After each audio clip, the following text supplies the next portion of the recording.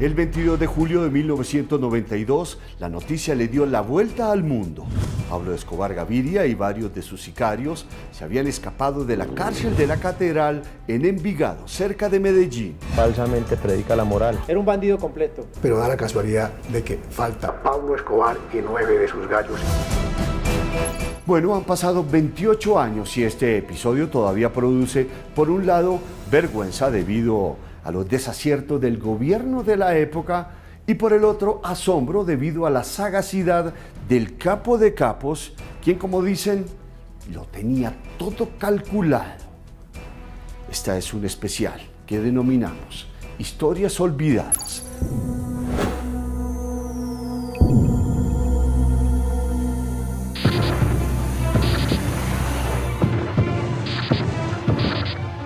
Era un hombre tan dañino a Colombia, y no solamente a Colombia, sino a la humanidad, que el tipo, para mí, no merecía vivir. Para mí es la personificación de todo lo que uno no quisiera que pasara en un país. Asesinó 4 candidatos presidenciales, miles de policías, de jueces, de periodistas, y buscó durante años intimidar al Estado y lograr sus propósitos. El principal de todos los propósitos de Pablo Escobar era evitar su extradición a Estados Unidos. Era más que una obsesión, y con tal de impedirlo, utilizó todas las armas a su alcance. Los secuestros. Y las bombas. Realmente las bombas ambientan mucho. Usted vio una bomba de las FARC ahora, mata a 2 personas y hiere 3. La de Pablo Escobar, 70, 80 muertos, 40, 30, 20. Pablo Escobar era brutal, él iba de frente. Iba de frente con bombas como la del edificio del DAS, el avión de Avianca, el diario El Espectador. El país realmente estaba al borde de una crisis. Escobar asesinaba a quienes se le atravesaban en su camino, como Luis Carlos Galán o Guillermo Cano. Pablo Escobar no era un hombre estudiado, pero la mente de Pablo Escobar, mucha gente dice que gracias a Dios no estudió, ¿sí me entiende? Porque él era un hombre totalmente suspicaz, hábil, era un bandido completo. Los secuestros de personajes como Diana Turbay, Maruja Pachón, Francisco Santos y Andrés Pastrana, entre otros, demostraban que podía llegarle a quien quisiera. Falsamente predica la moral. La presión sobre el gobierno era enorme. La administración de César Gaviria decidió poner en práctica 2 estrategias. Una secuencia de operaciones supremamente intensas, día y noche, detrás de este capo del narcotráfico. La otra opción era que Pablo Escobar se acogiera a la política de sometimiento a la justicia. Rafael Pardo era en esa época ministro de Defensa. Tenía que entregarse, tenía que confesar, tenía que estar en la cárcel, tenía que, digamos, cumplir unos requisitos, pero no era un diálogo político, sino era esencialmente un sometimiento judicial. El general Gustavo Pardo Ariza, quien escribió el libro Cogobierno desde la Catedral, era entonces comandante de la 4ª Brigada del Ejército. Un pacto entre el gobierno y el narcotraficante para que éste se entregara. Un pacto secreto. Según Popeye, uno de los lugartenientes de Escobar, las condiciones las puso el capo. Pablo dice, no me voy para Itagüí, me construyen una cárcel. Serio, seco, sin ningún problema. Mirándole a los ojos al ministro de la época. A Jaime Giraldo Ángel, en ese entonces ministro de Justicia. Jaime Giraldo Ángel, que fue un ministro que él lo sacrificó todo con tal de poder poner a Pablo Escobar allá en esa cárcel. ¿Cómo se da la catedral? ¿De dónde sale la catedral? ¿De dónde salen esos terrenos? ¿De dónde salen los guardias? ¿De dónde sale todo eso? 38 días antes de entregarse Pablo Escobar, donde un señor X le vende a la alcaldía de Envigado 30.000 metros cuadrados dentro del corazón de una finca que después nos enteramos eran propiedades de Pablo Escobar. Él lo escogió el lugar, él compró la casa, el alcalde de Envigado, Jorge Mesa, fue y la legalizó. Algo que desmiente Jorge Mesa, el entonces alcalde de Envigado. Todo se hacía de acuerdo a las instrucciones del gobierno nacional a través del Ministerio de Justicia y a través de la Penitenciaría Nacional. Por esos días Escobar libraba también una batalla a muerte con el cartel de Cali. Por eso él mismo verificó las condiciones de seguridad de la que sería su cárcel. Al ingeniero y le daba instrucciones. Y bajábamos por la noche cuando no habían obreros y mirábamos la cárcel y nos íbamos. Pero yo cogíamos el morralcito y caminábamos la montaña y llegamos a casas que él tenía por ahí. Y eso no era todo. Los guardias tenían que ser suyos. Nombran una guardia nacional para darle legalidad a la catedral. Pues eran todos los guardaespaldas y todos los sicarios de Pablo Escobar. ¿Hubo algún estudio de seguridad sobre las personas? No. Todo se sacrificó y todo se aceptó con aras a que Pablo Escobar se encerrara allá. Vestidos de azul, bandidos, asesinos todos. Entonces les ponen el uniforme azul del IMPEC. Pero la guardia no puede entrar a la cárcel, ni puede ver a Pablo Escobar. El general Pardo Ariza tenía 150 soldados constantemente rodeando a la catedral. Mis hombres, la única misión era darle seguridad exterior a la cárcel de alta seguridad de Envigado. No que se escapara. No que se escapara, sino la seguridad de Pablo Escobar. La casa le hacen una malla para que parezca cárcel y le colocan 10.000 voltios a la malla. El 19 de junio de 1991, Escobar se entrega a la justicia por intermediación del sacerdote Rafael García Herreros e inmediatamente asume control del interior de su cárcel. La cuchilla de los 10.000 voltios está en la celda de Pablo Escobar. O sea, él la sube o la Sí. baja. Para los sicarios de Escobar, este era un merecido descanso. Reposar un poquito, porque la guerra fue dura para nosotros también.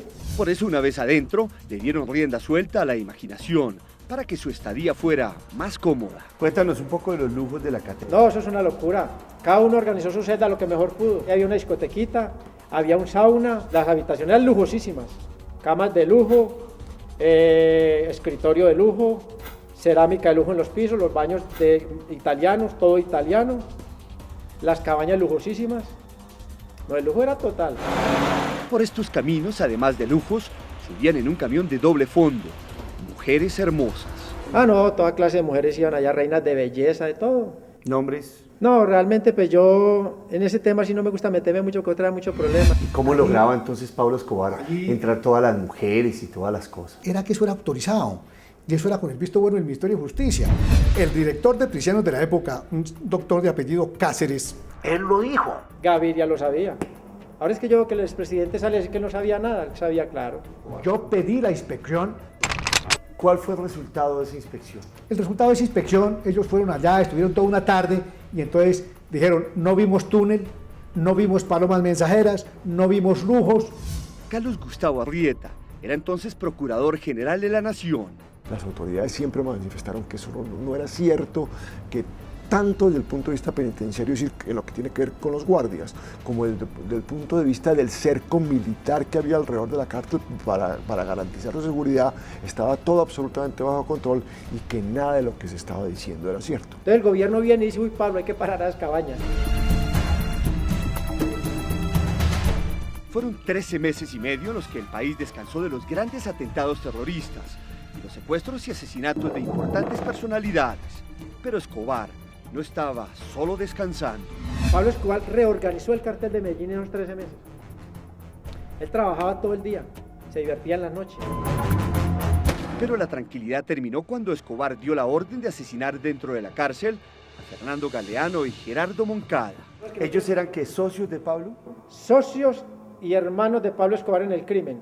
Una gran deuda, varias caletas con dólares y una supuesta traición marcaron la suerte de Moncada y Galeano. El crimen es serio, ya hay que entrar a matar a las personas que se quieren. Ahí no se puede tener corazón. Corazón hay que dejarlo en la casa. Escobar da la orden y entonces matamos a Kiko y a Galeano, los descuartizamos y los quemamos con la madera que había ahí. Ese fue el detonante, ese fue como la gota que llenó la copa. Cuando se tuvo información de esa situación, el presidente convocó al Consejo Nacional de Seguridad. Inclusive al otro día vino un narco amigo del patrón. Me ve Pope, yo estaba ayer en Medellín, y yo vi una fogata que estaban quemando, huevón. Y le dije, no, una madera ahí.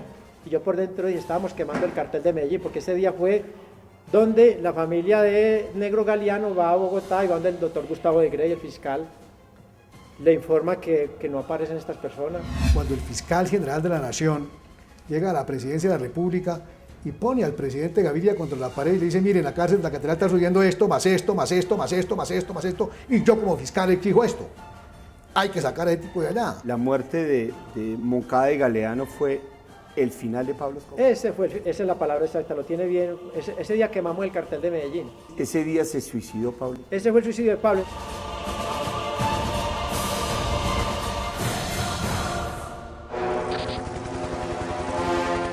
Un millonario robo y una traición marcaron el 19 de julio de 1992, como la fecha en que Pablo Escobar manda matar a 2 de sus socios dentro de la cárcel de la Catedral. Escobar da la orden y entonces matamos a Kiko y a Galeano, los descuartizamos y los quemamos con la madera que había ahí.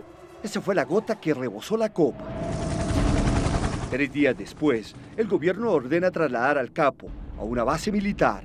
¿Cómo sucede lo del ordenamiento del traslado y qué era lo que había sucedido para que usted tomara esta decisión? Tuve información de que mantenían un control del crimen organizado de la cárcel.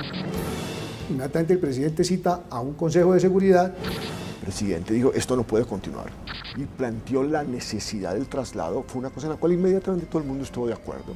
Y a partir de ese instante lo que se empezó fue a pensar en cómo podría hacerse ese traslado. Se da paso entonces a todos los actos administrativos que se deben cumplir para que el traslado de Pablo Escobar se ajuste a la ley. El primero, un documento en el que el Ministerio de Justicia le solicita al Ministerio de Defensa que realice el traslado. Y el general Murillo, que está allí en representación de las fuerzas militares, en ese Consejo de Seguridad dice, pero un momento, es que para poder sacar a los guardianes de allá, tiene que ir alguien que sea superior directo de los guardianes. Se tomó la determinación de que el señor viceministro de Justicia, el doctor Eduardo Mendoza, coordinara el operativo allá. En esa diligencia lo acompañó el entonces director del Instituto General de Prisiones, el coronel Hernando Navas Rubio. Y entonces se va a Navas y Mendoza de la Torre, y en la ida al aeropuerto por la 26 le dice a Navas, oiga, ¿ya qué es que vamos? Y entonces Mendoza de la Torre dice, yo no sé. El general Pardo recibe una llamada del entonces comandante del ejército. Que me dice, Pardo, ordene que el comandante del batallón de policía militar se desplace a la cárcel, asuma el control de la cárcel, nadie entra, nadie sale de esa cárcel a partir de ese momento. Nosotros nos avisan los radios de que viene subiendo por Envigado, por el Salado, que viene subiendo unos camiones del ejército. Me vuelve a llamar el general Murillo, comandante del ejército, y me dice, vea Pardo, trasládese a la cárcel, asuma el control, se trata de asumir el control interno de la cárcel. Yo digo, mi general, eso implica que los guardianes salen y nosotros entramos y ponemos en las garitas la guardia con soldados míos. Me dijo, sí. Y entonces empiezan a mover fichas y el patrón se la cogió y dijo, se nos van a meter. Entonces el patrón da la orden de que saquemos la fusilería nosotros la fusilamos. Cuando llegue el coronel Navas y el viceministro Mendoza de la Torre, le digo yo, ¿ustedes qué misión traen? Y me dice el viceministro, no, venimos a llevarnos a Pablo Escobar para Bogotá. Y yo pues dije, no, un momentico, esperen. Yo las instrucciones y la orden que tengo es la de asumir el control interno de la cárcel y que ustedes vienen a coordinar esa entrega de la guardia. A eso es que vienen. De aquí sacamos los guardianes y entramos los soldados. Para dar inicio al relevo de la guardia, el director de prisiones, el coronel Rubio, entra a la catedral. Navas, en lugar de entrar a hablar del relevo de la guardia, él entró a hablar con Pablo Escobar y a consultarle. Entonces Navas Rubio le dice, venimos a cambiar los soldados de las garitas, a cambiar los guardianes de la garita, la Guardia Nacional, por soldados, para tener control, porque aquí están pasando cosas raras. Pablo Escobar no acepta los argumentos del coronel. Entonces, en vista de la situación, Navas decide apoyarse en el viceministro de Justicia, Eduardo Mendoza. Y Pablo Escobar, que no era ninguna pera en dulce, dice, sí, traiga al viceministro. Y el patrón dijo, esta es una gran oportunidad. Entonces el patrón llega y me dice a mí, bueno, Popeye, coja usted al viceministro de Justicia, y él con otro grupo cogió a Navas Rubio. Y va a ver qué es lo que va a pasar aquí. Resulta que el gobierno no les había dado la autorización de entrar, ellos entraron a moto propio. Nadie pensó, supongo, que si entraba el director de prisiones y el viceministro a hablar con esos señores, los iban a tomar como rehenes. Entonces ya el patrón ya cogió al viceministro de Justicia, le puso un teléfono para que llamara a Bogotá. Cuando eso le contestó el secretario de Presidencia, y de una vez le dijo, no, está el decreto listo para echarlo como funcionario, para desvincularlo, para destituirlo. Nosotros no lo autorizamos a entrar y quedaron solos. Cuando a los 5 minutos, no, que ya no se tome la cárcel, que actúe con prudencia, que mire la situación, cómo se va desarrollando y actúe con prudencia. ¿Estamos hablando a qué horas? Eso eran como las 9:30 de la noche. Y el patrón tranquilo, como un témpano de hielo. Entonces rodeamos la cárcel de tal manera de que Es decir, cada 2 metros había un hombre. Porque yo dije, lo único que pueden hacer estos tipos es volarse y pues no vamos a permitir que se vuelen. El patrón dijo, nos tenemos que ir, nos vamos a las 11 de la noche. Esa cárcel está en una parte alta de Envigado, que es la parte sur de Medellín, y con frecuencia se llena de niebla. Porque él sabía que a las 11 de la noche la neblina tapaba la catedral, que la catedral siempre era tapada porque eso es una zona alta de Envigado. Los tipos aprovecharon la niebla para acercarse a la malla. Él había construido la cárcel, entonces el muro que soporta la malla, uno de esos ladrillos fue con yeso, no con cemento. Le metimos la pata y por ahí no fuimos, porque el patrón la conocía bien. Un sargento de apellido Joya y 2 cabos y 3 soldados les permitieron irse y se fueron y se volaron. Y mientras Pablo Escobar y 9 de sus hombres caminaban rumbo a su escondite, en el salón de crisis de la Casa de Nariño se tomaban medidas más radicales, pues en vista de la situación quedaba solo un camino: de la cárcel a sangre y fuego. Se consideró que las tropas de la Cuarta Brigada que estaban rodeando la cárcel no eran suficientes y se requirió del desplazamiento de unas tropas especiales desde Bogotá. Pero resulta que las fuerzas especiales urbanas habían desfilado el día anterior, 20 de julio, y estaban con un permiso. Entonces, para reunirlas en Bogotá muy difícil, entonces le mandamos las fuerzas especiales rurales. Y entonces arrancan las fuerzas especiales rurales el avión, pero es que el avión no está disponible, que es que no hay sino una tripulación. Sentía la angustia del presidente, de la gente, ¿por qué no llegan? ¿Por qué no salen? ¿Qué pasa? Obviamente la logística de organizar ese transporte en ese entonces, en esa época, digamos que no había las facilidades que hoy en día existen, fue mucho más compleja y todo. Y fue tan perfecta la fuga que para la época estaban racionalizando la luz. Y entramos y estaba todo oscuro. Entramos a una finca, aseguramos la finca, era de un amigo del patrón, del Trino. Los niños no a estudiar todo, y aseguramos todo y empezamos a manejar todo. A las 5 de la mañana llegaron las fuerzas especiales rurales. Y a las 6 de la mañana llegaron las fuerzas especiales urbanas. Inmediatamente las fuerzas especiales rurales entran por un lado, las fuerzas especiales entran por otro, se toman la cárcel. Ellos entraron con bombas distractivas y tal, y cogieron y rescataron al coronel. Fue un operativo muy berraco para rescatar al coronel. Sí. Y al viceministro de Justicia. Recuperan a Mendoza, recuperan a Navas, pero da la casualidad de que falta Pablo Escobar y 9 de sus gallos. Otro rumor apunta que el jefe del cartel de Medellín y sus hombres se habrían amotinado anoche por miedo a un atentado o un secuestro. Por lo menos 24 o 36 horas estuvieron las fuerzas de policía, las fuerzas militares, la fiscalía, todos allá expulgando cada milímetro, removiendo cada escombro, rompiendo cada pared en la cárcel de Envigado, porque estábamos todos absolutamente convencidos que ahí estaba en alguna parte escondido y que se iba a encontrar. Buscaban el túnel, pero no apareció el túnel. Ellos retoman la catedral a las 7 de la mañana. A las 7 de la mañana el patrón estaba durmiendo, entonces yo le digo, patrón, retomaron la cárcel, pues déjeme dormir, mi hijo, que tomen agua, huevonada.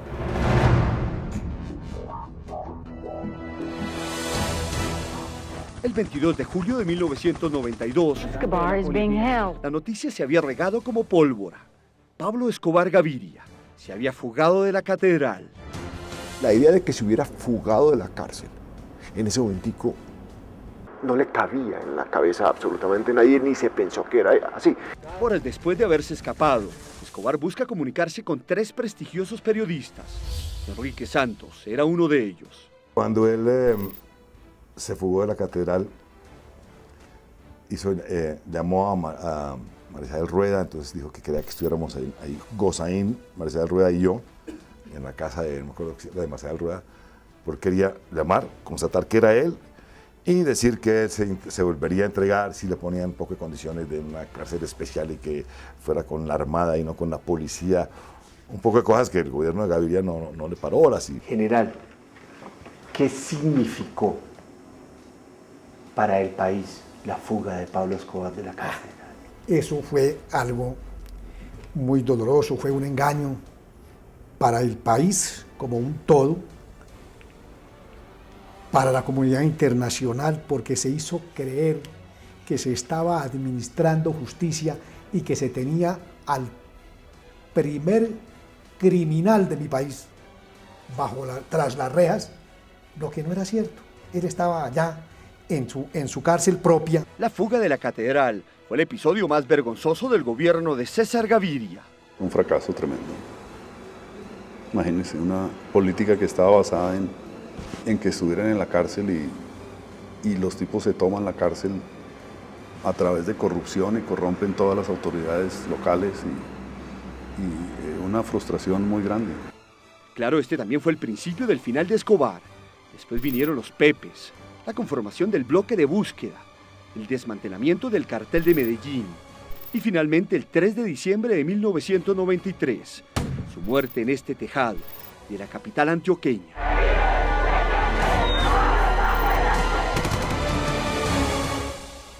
Murió Pablo Escobar Gaviria y todas sus acciones todavía siguen y siguen dando de qué hablar.